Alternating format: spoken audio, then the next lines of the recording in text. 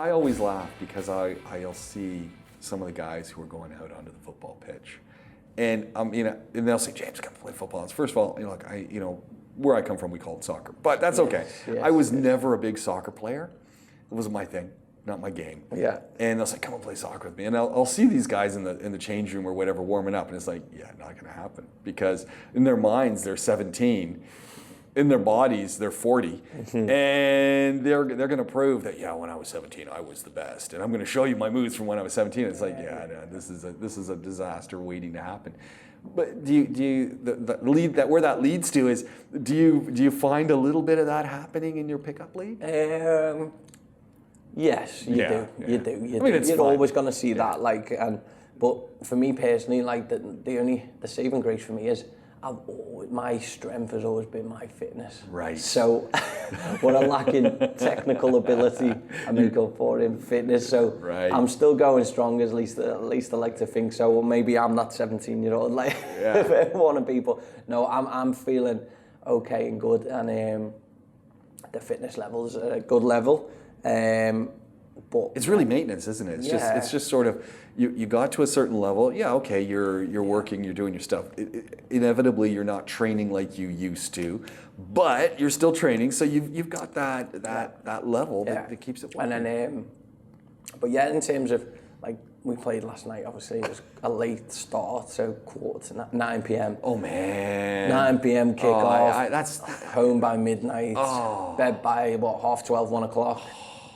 So, and then it's a quick turnaround up at 6:30, 6, and then you're at it again. I haven't had enough sleep to recover, but I feel okay in myself. Yeah. But I probably needed another hour or so sleep to repair and recover better. And look, you're not throwing on a suit and tie, but there are some people who were playing that pickup league or your group who got up this morning at 5:36, get the kids all ready for school, put on the old threads. And they're heading into the office. And they're also sitting at their desk and they're going, that's not what I wouldn't be happy with that. I would not be happy with that. It's a tough one, isn't it? Yeah, at 9 o'clock at night. That's the kick-off every week. The league is at 8:45. That is not my optimum performance hour. It is not. No, absolutely not. But it's funny because you might be tired, but then once you get going, you get into it, your mind just switches off from it and you're okay. But you do feel it, obviously, at sometimes, if you've had a long day and you know in yourself. So I just try and prepare my body as best as I can leading into it the day before and on the day as well, in terms of what I'm eating, drinking, trying to get some good sleep the night before. But yeah, in terms of the game last night, it was wow. It was just absolutely speed. Well, yeah, so you said you were playing against a really strong group of guys. Yeah, strong group of guys. So a group that's been put together over here. All the guys were from Africa, but they're all ex-professional, been released, and they're here in the hope of a professional contract here, or as a team they might be going into the top UAE league. So you're playing against them, and just absolutely the skill is just they've been incredible. Playing for 8 months apparently, and they're together and they're training 2 times a week as a team, but they're training individually, and then it's just they're absolutely just patterns of play. It's amazing, linking isn't it? up, speed, and you're just chasing about. We tried to sit in and just be defensive block, and then catch them on the counter. And any time we break on the counter, the ball would just get knocked back, and they'd score from it. And you're going, what more can we do here?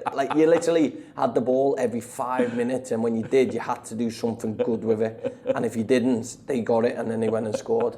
And that's the way it was. Yeah. So I was literally chasing for 90 minutes, and I managed the full game. And then I got home and I was cramping all up the insides of my groins and underneath into the hamstring. It was bad. I didn't know. I was still walking around just So yeah, it was a tough game, very demanding, especially in the heat, and as it goes up as well. So it'd be not as bad if it was a bit cooler for us. Our team, we don't train. They just play 7 aside once a week, and then we play a game. And 11 aside's not been available for such a long time, and now it's available. This is our second game back together. guys, some of them don't even look after themselves, like in the gym or fitness stuff. They just play football and that's their exercise. Yeah, so it's a different. You're on different levels, right. and it was evidently shown last night in the scoreline, which I won't mention. Like I set out in the morning with in my head like I'm gonna have to prepare my own fluids, my own stuff. So I take a cooler bag to work. Okay. Leave it out the side, but then I need water fluids through the day. Yeah. So like by the time we come to evening, the ice that I had in there had melted and the warm water was warm, but I had maybe 4 of these, so what, 1.5? What, 250 mils maybe those things? Yeah, a bit more. Probably 500. Is that a 500 mil? Yeah. Get out of here. What do you reckon? I don't think that's 500 mils. That's 250. Yes, it is. Really? 500 mils? So, 500 mils. So I probably had 4 of them. Okay. And 1 Pocari sweat, which is not enough. I don't know who Pocari is, and I don't want to be drinking his sweat. But anyway. So it's like a electrolyte replenishment. That's not enough. So the big problem with it is hyponatremia. Hyponatremia. That's if I pronounce that right. Hyponatremia, which is basically a lack of sodium in the cells. Ah, okay. And which is where the Pocari sweat or the Gatorade So as you lose your fluids, they reckon, so normal time, you probably sweat 1 litre per hour. But as you speed up the heat, they reckon 3 litres to an hour of sweat. So you need to be putting the 3 litres of liquids back in you. At least. So the big problem is people get dehydrated and they replenish with water. Right. But what you need to be doing is replenishing with water and electrolytes in there because there's a lack of the sodium in the cell, in and around the cell, plays a role in muscle activity, functioning. So if you don't replace, so imagine you've got a pint of salty water, salt, and you pour half out and replace it with water. It's sort of like that. The more the more salt, it gets more diluted over time. If you're just replacing it with water, the salt's going out and the water's coming in, and then the cell eventually ends up with no salt, and then that can lead to seizures. That can lead to dizziness. Those are all the extremes, right? And then onto the ultimate worst thing. And this is what happened into death. That's what happened with a lot of marathon runners. Is they'll run along and they'll replace the fluids, missing fluids with water because they think that's the answer. Yeah. So for anyone that's doing exercise in high temperatures, high intensity, over 60 minutes, they need to be replacing it with electrolytes, which for example is Gatorades, Lucozades, Pocari sweats, not just replacing it with water, because water will go into the cell, but it won't add that sodium, which plays a function in terms of muscle. So let's take the example to the guys last night who were playing out on the pitch, playing football. What would have been some of the signs that those guys would have been experiencing to say, you know what, I need to not only be drinking water, which I'm probably not drinking enough of, but I also need to be getting some electrolytes into my system. How would they know? Cramping up. Okay. Number 1. Number 2 is dizziness, bit of disorientation. Yeah. These are a number of things. And then just not feeling yourself and a little bit confused and you know, just a little bit fuzzy-headed. That will be a good way to explain it. And I sort of felt like that on my way home in the car because it was a big trip. It was 30 minutes back and I didn't have any fluids by that time, any drink to go in. So that's the big thing is they're the early signs. Nausea and dizziness and cramps and anything like that.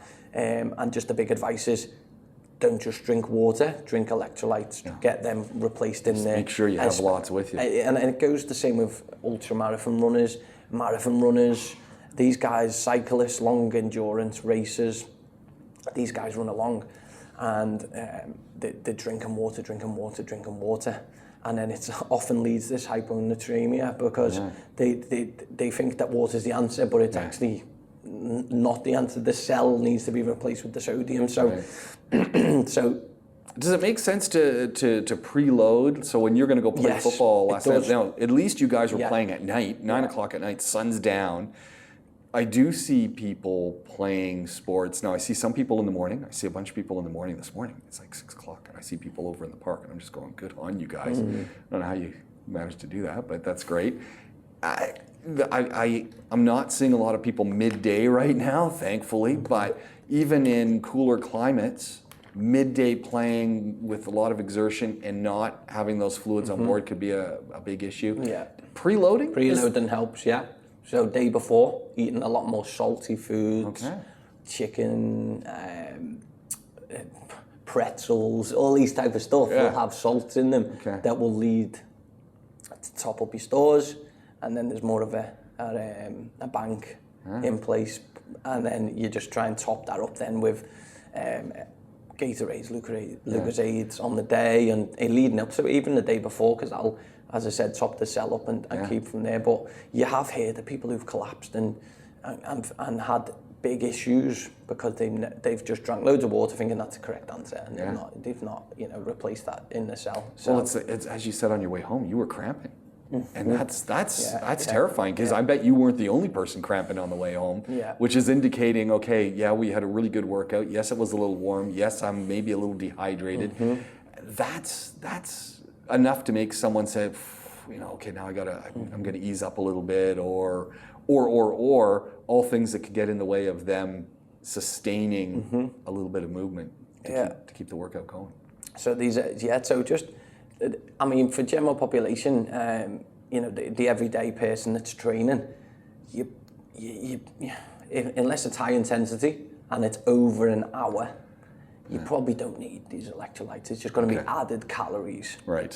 Which is a big important thing to remember, that when you're firing up we've gone through the whole list of manufacturers. Those things are calorie laden. And also bad for your teeth. Oh yeah, okay. It sounds ridiculous, but there's a lot of Premiership footballers I've heard of who've drank that much. They've had loads of teeth issues. Really? And they've had to be seen by dentists to sort it, because it's so sugary or sweeteners, and it's playing an effect on the teeth. I never thought about that. Truly. These are all the sort of things. So it makes me think as well. When we were talking about fasting the other week as well, you can actually have a carbohydrate, like a electrolyte drink, and swill it around the mouth. Right. And the brain gets a reaction from it. And there's actually studies to show that without consumption of calories, you still get an output on an extra bit of energy from just swilling it around your mouth. Lucozade, right the top of your mouth into the palate, and then you spit it out. And it's been shown to have some extra. Just popped into my head. But in terms of the everyday person who's just doing normal hours, 60 minutes exercise in the heat, if it's not high intensity, if you have water on a bay ready for it, you probably don't need that electrolyte drink. But if it is a high intensity, you're playing 60 minutes or over 60 minutes, that's where they need to consume it, and then keep them muscle cells working and the muscles working effectively, and going from there. Knowing when to take a rest, I think that's another thing as well. Yeah, you listen to your body. You know in yourself. When you're training. In terms of if you're doing a normal exercise, you just listen to your body. That's the ultimate sign. And often, as we said, there's the dizziness, there's the fuzzy headed, there's a nausea, you're feeling sick. If you're going to be training in the heat, ultimately just listen to your body, see how you feel, and you can even break your session down into small periods and do 20 minutes instead of 60 minutes. You can maybe do 20 minutes 3 times through the day and break it up into segments to still achieve the outcome that you want, but you just do it into small periods so it's manageable. These are all ideas, So, well, there's a number of things like, time of day. Right, which is so important. So you might have to change things a little bit. So if you're training through the day, you can train early morning, train late on in the evening, between 10 and 3 o'clock. If you're going outdoors, it's very difficult. You probably get away with it after 10 to 11 in the shade. But anything after that, it's too much. And I think that's another important one, knowing that, you know what, knowing that you've got a place to go and sit and do nothing and just let your body chill a little bit of shade. Yeah, and there's other things like taking cold showers before. Right. Yeah. Cold showers, that'll bring your core temperature down, which is ultimately the way you'll see the issues is if your core temperature shoots up past 37.5, which I think if 37.5 is what your body will sit at around that, 36, 37. Yeah. And then anything above that, that's where you can start to have issues. And this is where you see guys who go and sit in the hot tub for too long. Yeah. Core temperature goes up 38, 39, feel dizzy, collapse. Yeah. Gosh, right, get them cooled down. We had a guy in the pool where we used to work in the hotel. Manager throws a towel in the water, cool him down, wraps it around him, and then put him in the recovery position because he passed out, and then he come back started to realise, you know, where he was, and everything started to, because he'd sat in the sauna and he was severely dehydrated because he'd been drinking alcohol the day before, and then he had a you know, a bit of a funny turn and passed out. So keeping the core temperature down, but your body will adapt to it as well. So what happens is training in the heat, your body will, if the more you do it and expose yourself, and you can do it in smaller batches. So maybe if you're going to train in the summer, in the heat, it can do it. You can build up a tolerance to it. Well, that might have been what happened with the team that you were playing football against. These guys are training a couple of times a day right now. They're training as a team, and they might be out there every night at 9 o'clock or a little bit earlier. They're used to the heat. They're getting used to the heat. This is it, and the body's an amazing thing. Like, and then if any stress, demand you place on it, the body will deal with it in a way that it'll, like you do weight training, it'll break the muscle fibers, hypertrophy occurs to deal with the stress that's placed on it the next time. So it's just things like the body will adapt to deal with the load that's placed on it, and it's the same with the heat exposure training. The demand on it, it will, if you build up a tolerance to it, it'll deal with a way to help you deal with that heat condition. So for example, your core temperature will start at a lower rate, or your body will sweat earlier. Right.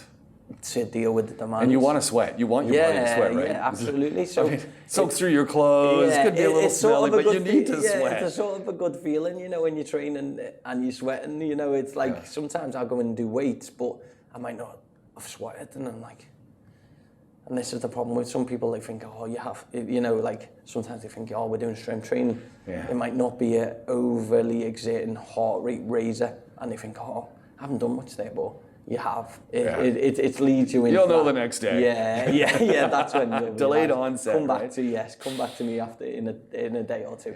Yeah. So your body will deal with it. Sweat earlier, and then these will help you then prepare you for them increasing temperatures. And as I said, it's just maybe training the right time of the day, adapting your workout to deal with the temperature outside, and then slowly you could break your sessions down into smaller segments. You can then start to increase your exposure, so it might be 3 20-minute blocks across the day, or you then increase it into 2 blocks from there, 30 minutes per block, and then you could go from there, and then over time you could then maybe build up to a tolerance to deal with an hour. And this is all the stuff that you're instilling in the kids that you're dealing with as well, so that they'll take that mindset now that they're 8, 10, 12, 15, 16 years old. They take that mindset so that when they're the 40-year-olds out on the pitch, they'll go, oh yeah, I remember Kev. Yeah. I remember back my Empire Sports days, he told me. And they're going to start taking those lessons. Well, that's it, and it's obviously increasing in heat, and then as the summer comes along, I'll be giving them a program as an off-season program to maintain or even progress a little bit further. So, how many of them are going to follow that? Exactly, good question. I'd like to think that the older guys would, 50% of them will follow it. They probably won't follow it to the T, but I think some will implement bits, and at least like we've done all we can from our side. Yeah. Then it's over to you guys. You can only lead lead them to the river, the horse to the river, can't make him drink, as the saying goes. What kind of things would you put into a summer training exercise? So I'm thinking summer still, right? And I'm thinking we've talked about, you know, making sure that you account for temperature, making sure you account for timings, making sure you account for your fluids. And now you're talking, okay, I'm going to give folks a plan. Yeah. What's I gonna would be in give there? them full body strength sessions, Okay. higher reps, so higher volume of 12 to 15 reps, loads of volume work, higher. The conditioning will be... How long would those workouts be? Because They'd probably giving be them planned... about, it'd be about an hour to an hour and a half sessions. Okay. Depends how hard they push themselves or whether how quickly you would have it. So I always wonder in the summer if, you know, it's the off time and you got time to do stuff, if because we're looking at an hour or 90 minutes of work, if that's not a deterrent to people saying, oh, I don't want to miss that time. I want to just sit and, you know, play Dungeons and Dragons, or, you know, Monopoly. Yeah. Or, well, it depends how serious they are about their own training, their own. I guess a chance to get ahead of the pack, isn't it? That's it. Training is not a switch on, switch off. It's a long term training, weight training, conditioning. Are they starting to get that? Do you find even at the age that you're working? Well, the younger ones not so. The older ones, yes, they're buying into it. They just need more education on it. Right. That's it, really. And they'll learn over time, and especially when they're given a program, because they've not had this before. So when I say to them over the off season, this is why you're doing it, you'll come back at a higher level when it's pre-season. So all the clubs, all football clubs, will give them an off-season program. They'll give them 2 weeks off, complete rest, recovery, repair from previous. Because over time, the fatigue levels increase across the season. Sure. They start to fatigue, and then you just give them that two weeks to replenish, recover, and repair, and come back. Yeah. And then you start to build up with a higher volume, lower intensity. And then as the pre-season comes, the volume starts to reduce, the intensity goes up. And then as it goes to in-season, you end up with the intensity high and the volume nice and low, and it's more about maintenance in season for more adults. But in terms of working with youth, you can still try and push them in season to try and increase their movement patterns, their outputs and everything like that. But a lot of people as well in season will do undulating, depending on the fixtures throughout the season. So if it's a tough fixture, we're going to have a light, easy week ready, so we're fully ready to perform on the Saturday match day. If it's an easy fixture, sounds bad saying that, but you know that you're going to get... It's a lesser strength opponent. We'll push ourselves. We'll be more fatigued going into the game, but we might get a good training adaptation by pushing them during this week. Right. They'll be more fatigued, but we know that we'll probably still beat them. But we can push this week and give them a hard week and try and get good outcomes from the week. So an undulating process is a good one. But that you're looking at. That's probably more first team, more specific in football clubs and so on from there. But in terms of going back to the program, higher volume, full body, squat, lunge, hinge, push, pull, basic movement patterns that we do from day to day. Bracing, rotating, core conditioning, full, you know. And then conditioning wise would be, you're looking at more aerobic cardiovascular fitness, so more lower intensity, maybe 4-minute blocks, 4 minute on, 3 minutes off. Okay. And then as you go towards the season, you start to go 15 seconds on, 15 seconds off. So it starts the intensity's going up, it's higher intensity, 15-second blast, 15 seconds off. But during the off season, it might be just a 4-minute run at 90% heart rate or 70-80% heart rate, and then building up into 90%. And then as it goes down over time towards the pre-season, then you start to increase the intervals, and we go into it from there. Do you get the parents involved in this? Do you know what? Previously, no. But that's a great idea to get buy-in. Yeah. Now that you've just said that, I've never actually thought of that. But I could say, here's the kids training program, and parents, here's one for you. What a great idea. And then, what a great idea. Yeah. You know, similar but different, because knowing that the kids are going to be a little bit more agile, probably. Yeah. And that way they can do it together. That's a great idea. Ooh, it's 2 for 1. It's a twofer. Isn't it's a twofer, and it's almost like, here's, you know, you've essentially paid for this throughout the year through what you've been doing with your child. I've got a present for you. Yes. A little way for you to bond with your child, and you can both feel better about yourself. Great idea, that. What a there we go. Unbelievable life hack right there. Love that. That's brilliant. Yeah. But what I'll do is I'll give them, the players will get a PDF file. Nice. It'll have me demonstrating the exercise. Yeah. All of them. Yeah. And then the conditioning runs will be set out on a graph with everything, details. It can be done outdoors, but it can also be done indoors on a treadmill as well. Nice. It's just manipulating it to between the two. Nice. It's all really highlighting for me the need to have a mix and not just do one thing, you know, but mix it up a little bit. And also, and you get a bit tedious at times, doesn't it, training? And you're thinking, I need something different. So these are the kayaking, go out for an hour, we're lucky to have a lot of places we can go. I've kayaked on the Palm, paddleboarded on the Palm, kayaked in Hatta. We went somewhere the other week as well where we I think it was on Malcoane. We were kayaking there as well. So it's trying to adapt to the environment and try and use, be sensible and manage it. And you're training in the heat, you get better cardiovascular fitness. It's been shown better blood plasma volume, which is your red blood cells are delivering the oxygen. Your white blood cells are fighting infection. There's been shown that your muscle force is increased. There's loads of massive outcomes from training in the heat, but it's just about being sensible, breaking it up into segments if you need to, drinking lots of water, wearing the right clothing, and just being mindful of how you feel and just, if you can, move indoors. If you can't, do it at the right time of day. Just be sensible. What's the rest of the week looking like for you? Rest of the week, training sessions, got a couple of guys. There's a guy that I'm training, a boxer, for an event. Oh, there's a boxing thing going on right now. What? Wait, right now? Yeah. Okay. Yeah. Oh, sorry.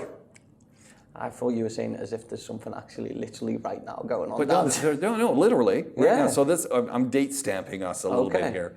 But I'm over at Le Meridian. Okay. There is a boxing tournament. How long? It's on right now. I don't know. Oh, okay. There's literally a boxing tournament. I think it's in the same venue.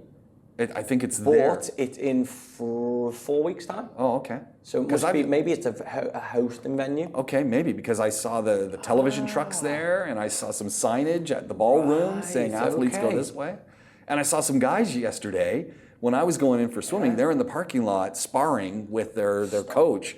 And he's got the blocking pads, and they're doing that. That's great. So I'm training a guy in 4 weeks' time that's fighting on a card there. Okay. Amateur fighter, 3 2-minute rounds. Yikes. And there's a professional card as well, professional boxers. So the guy that I'm working with, I'm going to be training him again. I've been training him once a week. He's got a program to train twice a week, strength and conditioning for boxing. There we go. So we're working on just increasing his strength and his power output. And then as we get closer to the time, it's going to be a lot of power output and less strength work, higher intensity, low volume, loads of sport-specific boxing type exercises. And we're just trying to build them up ready for this fight in 4 weeks' time. So I'm working with him and a couple of other clients just after Ramadan and starting to come back in now because it reduced down a little bit. Summertime too. Gotta get the summer body back, and away we go. So we're building back up to that. And just working with the clients, and then Empire, we've got another little mini festival on Saturday as well. Nice. So it should be an exciting week.